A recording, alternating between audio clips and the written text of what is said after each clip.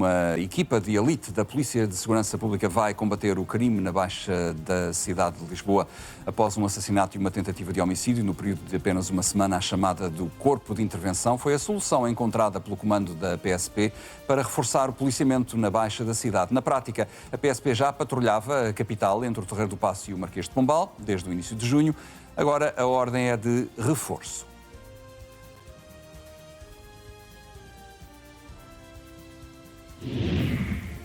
É um dos temas em destaque neste debate com Joana Amaral Dias, psicóloga clínica, e Pedro Proença, advogado. Obrigada pela presença de ambos. Boa tarde.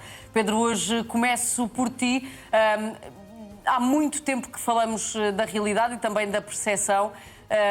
Esta onda de assaltos, também de crimes relacionados com armas de fogo, armas brancas, que temos assistido nas últimas semanas em Portugal, aumentam essa percepção de criminalidade, ainda que os números nos digam que sim, mas aumenta ainda mais? Sim. Boa tarde, Patrícia. Boa tarde à Joana. Duas notas já relativamente a esta questão do reforço do patrulhamento com o Corpo de Intervenção. Primeira nota que eu quero deixar aqui bem clara, basicamente, para não atirarmos areia para os olhos das pessoas, é que, de facto, o Corpo de Intervenção representa uma forma de resposta reforçada, de facto, àquilo que é a ideia e a percepção de que temos que o quadro da criminalidade nesse eixo da cidade está a agravar. Mas atenção, o Corpo de Intervenção não faz, nem tem, digamos assim, valência para fazer o chamado patrulhamento de proximidade. Nem sequer se pode pôr a questão aqui de saber se há aqui uma substituição a esse reforço em detrimento do patrulhamento de proximidade. E aqui eu volto a referir, já aqui dissemos anteriormente, noutros contextos, o que falta e falha é o patrulhamento de proximidade. Uma segunda questão que eu gostava que alguém respondesse por parte da PSP ou o Sr. Ministro da Administração Interna era, efetivamente, e como disse o Francisco no lançamento da nossa conversa, este eixo em concreto já tinha sido objeto de um reforço de patrulhamento desde junho deste ano.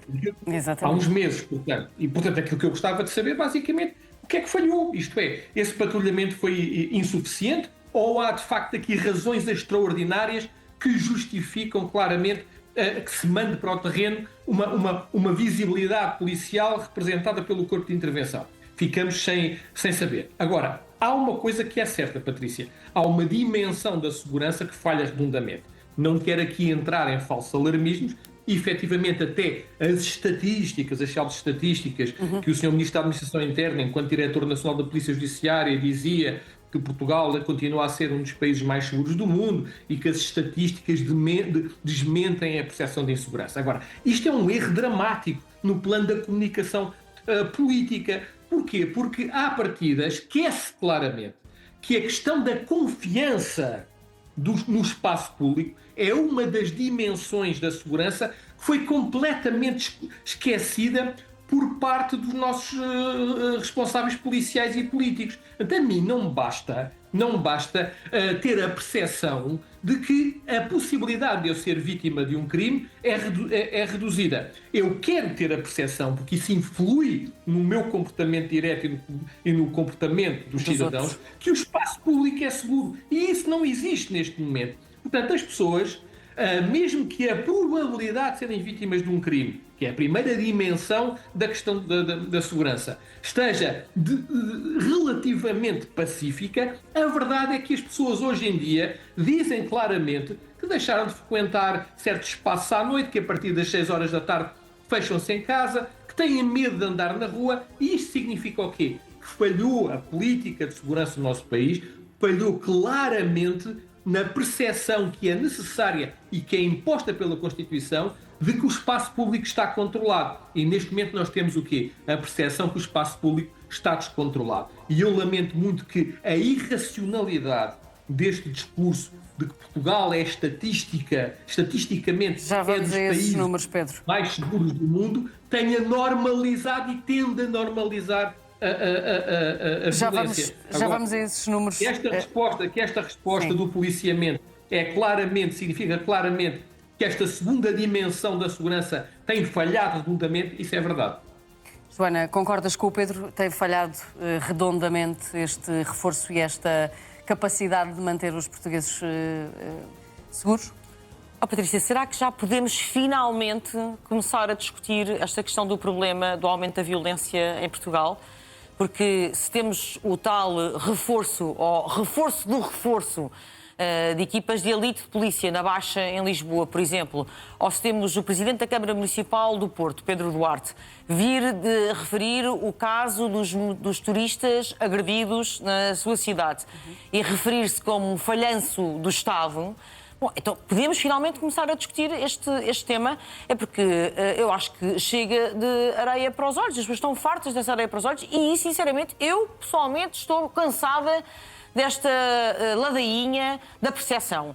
Porque tudo é percepção, Patrícia. Até um número, eu dizer que a violência sobre as mulheres, contra as mulheres, as violações aumentou, é uma percepção, porque se nós tivermos a expectativa de aumentar pouco, vamos achar que se calhar aumentou muito. Se tivermos a perspectiva de que o aumento ia ser muito maior, se calhar achamos que aumentou muito. Portanto, mesmo perante um número concreto, tudo é percepções. Portanto, deixando esse discurso, essa tal ladainha, esse tal Rodriguinho de lado, podemos falar finalmente do facto das pessoas se sentirem cada vez menos confortáveis no espaço público, nas suas casas, nas suas cidades. É que, reparem, um breve levantamento dos tiroteios desde abril, tiroteio no Seixal, no Lumiar, na Amadora, na Amendoeira, maio, na Ajuda, no Laranjeiro, junho, na Damaia, em Tires, em Loures, na Meixoeira, Rio do Moro, Pontinha, Amadora, em julho, Água-Alva, Mãe Martins, Camarate, agora em agosto, na Amadora e na Baixa. Só esta semana que nós estamos a passar, para além do tal caso no Porto,